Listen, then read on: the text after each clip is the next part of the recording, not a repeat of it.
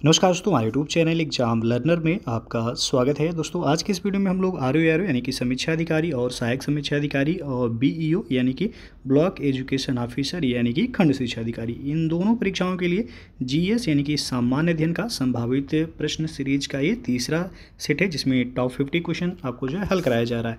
तो जो लोग इसके पहले 2 वीडियो नहीं देखे हैं, चैनल के प्लेलिस्ट में जाइएगा, आपको वहाँ से दोनों वीडियो मिल जाएगा, तो उसे आप लोग जरूर देख लीजिएगा।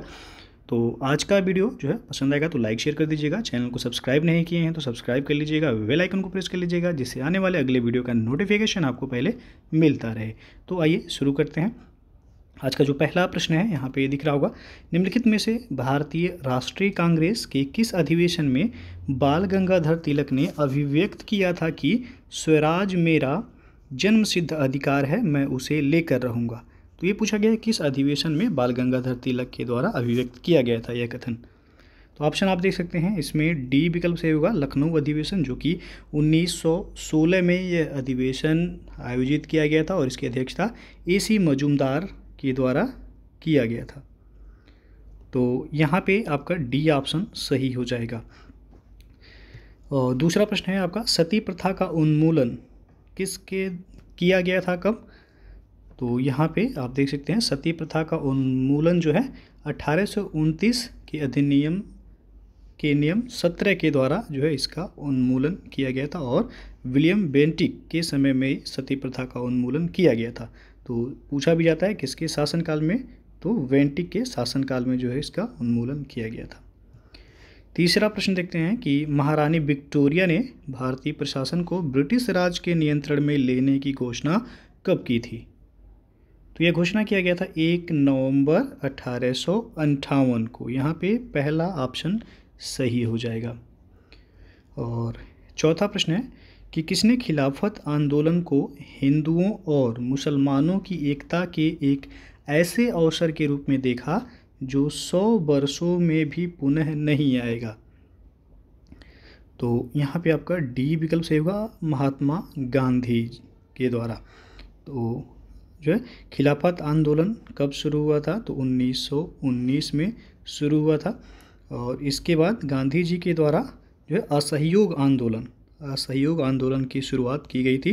कब? तो 1 अगस्त 1920 से खिलाफत आंदोलन के बाद गांधी जी के द्वारा असहयोग आंदोलन की शुरुआत की गई थी। तो यहाँ पे डी ऑप्शन सही होगा, महात्मा गांधी। और पांचवा प्रश्न है, निम्नलिखित में से किस पुस्तक के लेखक दादा भाई नौरोजी नहीं हैं? तो यहाँ पे आप देख सकते हैं इंग्लैंड डेट टू इंडिया, इसके लेखक जो है दादा भाई नौरोजी ही हैं। Poverty and un British rule in India, ये भी दादा भाई नौरोजी की पुस्तक है। The wants and means of India, ये भी जो है दादा भाई नौरोजी की ही पुस्तक है। तो पूछा गया कौन सा नहीं है, इसमें आपका D option economic history of India, ये दादा भाई नौरोजी की पुस्तक नहीं है। छठा प्रश्न है, नचिकेता एवं यमराज के मध्य संवाद का वर्णन किस उपनिषद में मिलता है? तो ये वर्णन मिलता है आपका कठोपनिषद में, बी ऑप्शन यहाँ पे सही है। सातवां प्रश्न है, हर्षवर्धन के दक्षिण अभियान को किसने नर्मदा नदी पर रोक दिया था? तो पुलकेशिन द्वितीय ने रोका था हर्षवर्धन का जो दक्षिण अभियान था, यह नर्मदा नदी के तट पर जो पुलकेशिन द्वितीय के द्वारा इस अभियान को जो है रोका गया था। और आठवां प्रश्न है, मंगोल खां तरमासेरिन ने निम्नलिखित में से किस तुगलक शासक के शासनकाल में भारत पर आक्रमण किया था? तो मुहम्मद बिन तुगलक के शासनकाल में, यहाँ पे बी ऑप्शन सही है। नौवां प्रश्न है, किस व्यक्ति ने गांधी जी से स्वयं चंपारण आने एवं वहाँ पर रैयतों की दयनीय अवस्था देखने का अनुरोध किया था? तो यह अनुरोध किया गया था राजकुमार शुक्ल के द्वारा, यहाँ पे ए ऑप्शन सही हो जाएगा। और यह आपका लखनऊ अधिवेशन के समय जो कि 1916 में हुआ था, इसी अधिवेशन में राजकुमार शुक्ल के द्वारा गांधी जी से चंपारण आने का जो है आग्रह किया गया था। और चंपारण सत्याग्रह कब हुआ? तो 1917 में, यहाँ पे ए ऑप्शन सही होगा। 10वां प्रश्न है, लॉरेंज वक्र का उपयोग किसी अर्थव्यवस्था में असमानता के स्तर को मापने के लिए किया जाता है, यह निम्न के बीच के रिश्ते को दर्शाता है। तो यह दर्शाता है जनसंख्या समूह और उनके संबंधित आय वाले शेयर को। बी ऑप्शन बिल्कुल सही हो जाएगा यहाँ। अगला क्वेश्चन है कि निम्नलिखित में से कौन सरकारी बजट में एक पूंजी प्राप्ति है। तो इनमें आप देख सकते हैं ऑप्शन जो सही है डी ऑप्शन कि सरकार द्वारा जनता से लिया गया उधार। और अगला क्वेश्चन है गंगा के मैदान में उर्वरता बने रहने का कारण क्या है। तो गंगा का जो मैदान है जिसमें उर्वरता बने रहने का कारण वार्षिक बाढ़, हर वर्ष बाढ़ आने के कारण जो है मृदा, जिसमें नवीन जलोढ़ मृदा का जमाव होता है, जिस कारण जो है उर्वरता बनी रहती है। तो यहाँ पे सी विकल्प बिल्कुल सही है। अगला क्वेश्चन है निम्नलिखित में कौन सही सुमेलित है। एक तरफ है वन्य, दूसरी तरफ क्षेत्र दिया गया है, कौन सा इसमें सही सुमेलित है ये आपको बताना है। तो पहला दिया गया उष्णकटिबंधीय सदाबहार वन जो है मध्य गंगा मैदान में पाए जाते हैं, नहीं, गलत हो जाएगा यहाँ पे। अल्पाइन वन राजस्थान में नहीं पाए जाते हैं। मैंग्रोव वन मध्य प्रदेश में नहीं पाए जाते हैं। तो इसमें ऑप्शन कौन सा सही होगा, डी ऑप्शन उष्णकटिबंधीय आर्द्र पर्णपाती वन जो पाए जाते हैं वो तराई क्षेत्र में पाए जाते हैं। यहाँ पे डी विकल्प बिल्कुल सही है। अगला प्रश्न है वैज्ञानिकों की टीमों में किसने सर्वप्रथम अंटार्कटिका के ऊपर ओजोन छिद्र का पता लगाया था। तो ये रूसी टीम के द्वारा यह पता लगाया गया था अंटार्कटिका के ऊपर जो ओजोन छिद्र है उसका। तो ये विकल्प बिल्कुल सही हो जाएगा यहाँ पे। निम्नलिखित में से कौन सा एक गैर आर्थिक घटकों में से नहीं है जो आर्थिक विकास में योगदान देते हैं। तो इनमें आपका भ्रष्टाचार नहीं है, बाकी मानव संसाधन हो गया, सामाजिक संगठन और कृषि में विक्रय बचत, ये आर्थिक घटकों में जो आर्थिक विकास में ये योगदान देते हैं। अगला क्वेश्चन है निम्नलिखित में कौन सुमेलित नहीं है। तो यहाँ पे आप देख सकते हैं डाउन्स जो कि घास का मैदान है, उष्णकटिबंधीय घास का मैदान यहाँ पे दिया गया है डाउन्स। तो पूछा गया कौन सा सुमेलित नहीं है। तो डाउन्स जो है ऑस्ट्रेलिया में पाया जाता है, ये उष्णकटिबंधीय नहीं बल्कि ये शीत कटिबंधीय या शीतोष्ण कटिबंधीय घास का मैदान कह सकते हैं। तो पहला ही क्या है, सुमेलित नहीं है। तो ये ऑप्शन यहाँ पे सही हो जाएगा। बाकी स्टेपीज जो है शीतोष्ण कटिबंधीय घास का मैदान है, सही है। सिलवास उष्ण कटिबंधीय वन है या घास मैदान है। टैगा जो है शीतोष्ण कटिबंधीय वन है। बाकी सभी सही हैं, ये ऑप्शन सुमेलित नहीं है। डाउन्स किस देश में पाए जाते हैं, तो पूछा जाएगा ये ऑस्ट्रेलिया में पाया जाता है डाउन्स। अगला प्रश्न अब देखते हैं कि निम्नलिखित में से किस ऊर्जा का मान हमेशा धनात्मक होता है। तो यहाँ पे जो ऑप्शन सही है ये विकल्प गतिज ऊर्जा का मान हमेशा क्या होता है, तो धनात्मक होता है। और अगला क्वेश्चन है निम्नलिखित में कौन सुमेलित है। यहाँ पे सुमेलित पूछा गया है। एस्किमो जनजाति जो है कनाडा में पाई जाती है, बिल्कुल सही है, ये ऑप्शन यहाँ पे। बाकी सभी जो है गलत है यहाँ पे। तो सही पूछा गया है कौन सुमेलित है, तो ये विकल्प सही है। अगला प्रश्न है आपका 3 से 4 साल के एक बच्चे में दूध के दांत में शामिल नहीं है कौन सा। तो इसमें जो आपका शामिल नहीं है पूछा गया है, दूध के दांत में अग्र चौवर्णक शामिल नहीं है, बाकी कृंतक है, रत्नक है और चौवर्णक है। इसमें अग्र चौवर्णक नहीं है। 3 से 4 साल के एक बच्चे में पूछा गया है दूध के दांत में कौन सा शामिल नहीं है, डी ऑप्शन सही है। मानव शरीर के किस अंग में लिम्फोसाइट कोशिकाओं का निर्माण होता है। तो यहाँ पे आप देखेंगे बी ऑप्शन अस्थि मज्जा यानी कि बोन मैरो, जो कि मानव शरीर का एक अंग है जिसमें लिम्फोसाइट कोशिकाओं का निर्माण होता है। अगला प्रश्न है रक्तचाप को नियंत्रित करने वाली ग्रंथि कौन सी है। तो वह अधिवृक्क ग्रंथि, यहाँ पे बी ऑप्शन से हो जाएगा। रक्तचाप को नियंत्रित करने वाली ग्रंथि जो है अधिवृक्क ग्रंथि होगा। और अगला क्वेश्चन है निम्न में से किसमें ऊष्मा का स्थानांतरण संवहन द्वारा होता है। तो ऑप्शन जो सही होगा इसमें गैस एवं द्रव। अगला प्रश्न है कि प्राणियों के निम्नलिखित में से किस या किन संवर्ग में त्रिकोष्ठीय हृदय होता है, यानी कि 3 कोष्ठ वाला हृदय होता है, कौन से संवर्ग में। तो यहाँ पे जो सही होगा बी ऑप्शन उभयचर और सरीसृप वर्ग में 3 कोष्ठीय हृदय पाया जाता है। और लोहे के निष्कर्षण में चूना पत्थर का इस्तेमाल किस रूप में किया जाता है? तो यह फ्लक्स के रूप में किया जाता है। यहाँ पे डी विकल्प सही है। 25वां प्रश्न है, निम्न में से किसमें त्रिविमीय क्रिस्टल प्रणाली नहीं पाया जाता है? तो ग्रेफाइट में यह नहीं पाया जाता है त्रिविमीय क्रिस्टल। यहाँ पे डी विकल्प सही है। अगला प्रश्न है, निम्न में से किस यकीन कारक के कारण वाष्पीकरण की दर में कमी आती है? तो नमी के कारण। यहाँ पे बी ऑप्शन सही हो जाएगा।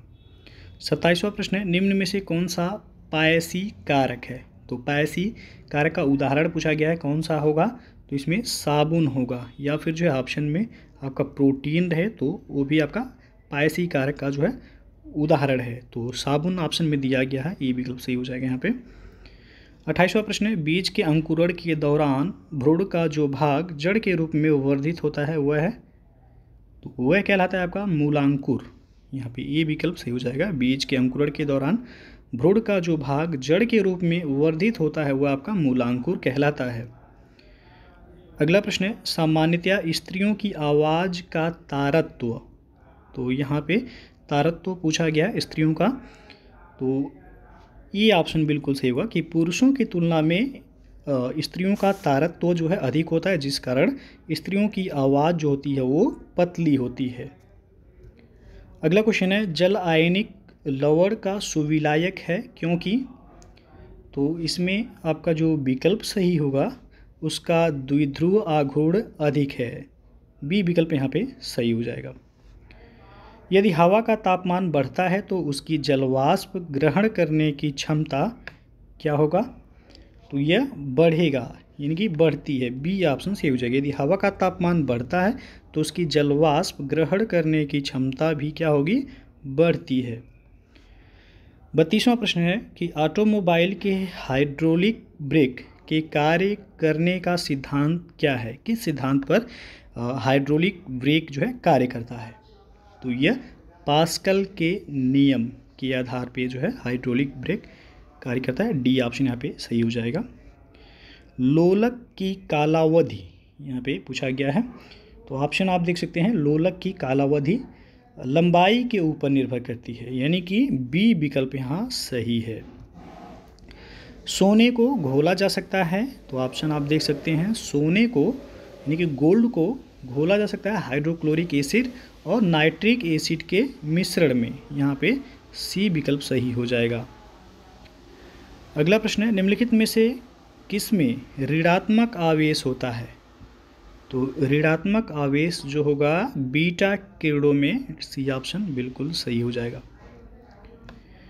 संविधान के अनुसार नई अखिल भारतीय सेवा की शुरुआत की जा सकती है। तो नई अखिल भारतीय सेवा की शुरुआत जो की जा सकती है वो राज्यसभा के द्वारा किया जा सकता है। बी ऑप्शन से हो जाएगा।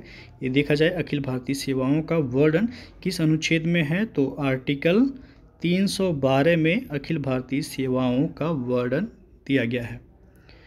अगला प्रश्न आप देखते हैं कि किस वाद में सर्वोच्च न्यायालय ने स्पष्ट किया कि मूल अधिकार एवं नीति निर्देशक तत्व एक दूसरे के पूरक हैं? तो वह मिनर्वा मिल्स वाद में सर्वोच्च न्यायालय के द्वारा यह स्पष्ट किया गया था कि मूल अधिकार और नीति निर्देशक तत्व जो है वो एक दूसरे के पूरक हैं।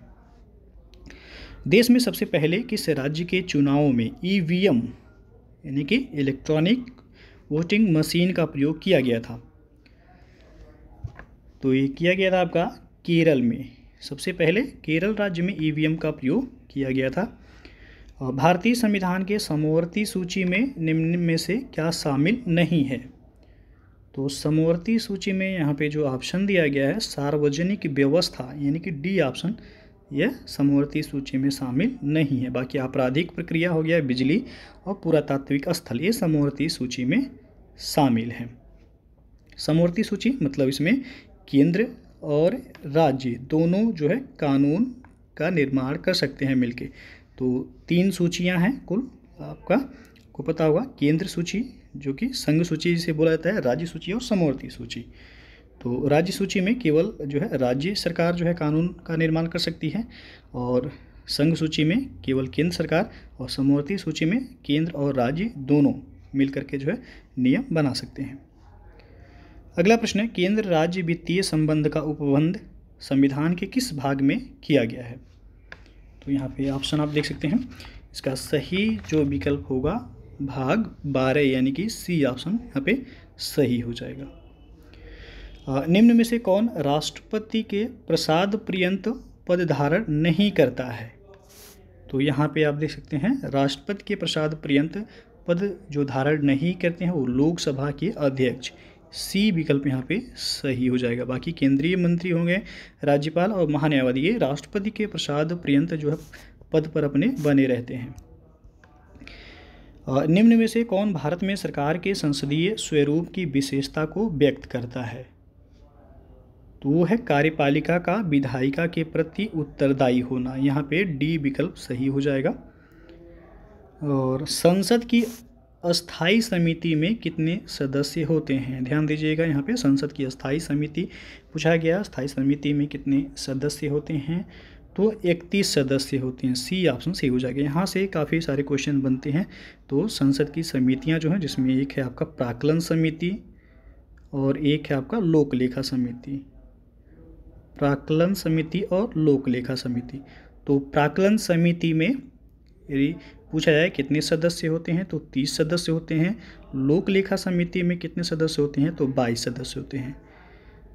यहाँ पे आपका संसद की अस्थाई समिति पूछा गया है, कितने सदस्य होते हैं तो 31 सदस्य होते हैं। अगला प्रश्न है, भारत में निर्वाचन के संदर्भ में वीवीपैट का सही पूरा शब्द रूप निम्नलिखित में से कौन सा होगा? यानी कि वीवीपैट का यहाँ पे फुल फॉर्म पूछा गया है, क्या होगा?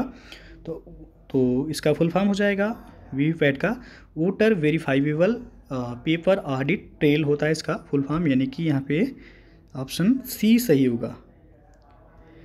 और अगला प्रश्न है, प्रथम एंग्लो वर्मा युद्ध जो कि 1824 से 26 तक हुआ, उसके बाद कौन सी संधि हुई थी? तो यह आपका होगा एंडाबू संधि, डी ऑप्शन यहाँ पे सही हो जाएगा। प्रथम एंग्लो वर्मा युद्ध के बाद एंडाबू की संधि हुई थी। तत्वबोधिनी सभा की स्थापना किसके द्वारा की गई थी? अगला प्रश्न है यह, तो इसका सही विकल्प होगा बी ऑप्शन, देवेंद्र नाथ टैगोर के द्वारा तत्वबोधिनी सभा की स्थापना की गई थी। अगला क्वेश्चन है, यूकाटन स्ट्रेट पूछा गया किन दो देशों को जोड़ता है? तो यूकाटन स्ट्रेट देश पूछा गया मैक्सिको और क्यूबा, ये ऑप्शन सही हो जाएगा। यदि दिया रहता आपका मैक्सिको की खाड़ी और कैरिबियन सागर को यह जोड़ता है। यूकाटन स्ट्रेट जो है ये आपका मैक्सिको की खाड़ी और कैरेबियन सागर को यह जोड़ता है। तो कोई भी ऑप्शन में आपका रहे, लेकिन यहाँ पे देश पूछा गया है तो मैक्सिको और क्यूबा सही होगा, ए ऑप्शन। अगला प्रश्न है, हर्षवर्धन और पुलकेशिन द्वितीय के बीच किस नदी के तट पर युद्ध हुआ था?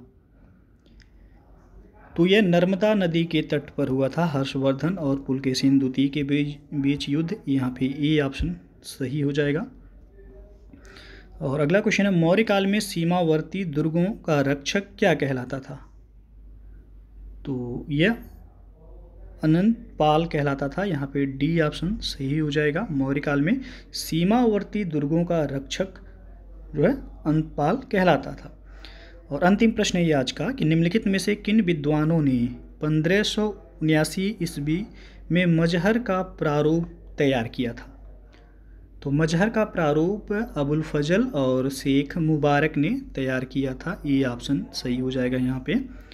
तो दोस्तों ये था आपका ROE और BEO एग्ज़ाम, जिसमें आपको पता होगा कि ROE में 140 क्वेश्चन GS से आते हैं और BEO के एग्ज़ाम में 120 क्वेश्चन GS से पूछे जाते हैं। तो इन दोनों परीक्षाओं के लिए काफ़ी महत्वपूर्ण GS के क्वेश्चन हैं। और यदि वीडियो आपको अच्छा लगा हो लाइक शेयर कर दीजिएगा, चैनल को सब्सक्राइब नहीं किए हैं तो सब्सक्राइब भी कर लीजिएगा, बेल आइकन को प्रेस कर लीजिएगा, जिससे आने वाले अगले वीडियो का नोटिफिकेशन आपको पहले मिलता रहे। तो वीडियो को पूरा देखने के लिए बहुत बहुत धन्यवाद।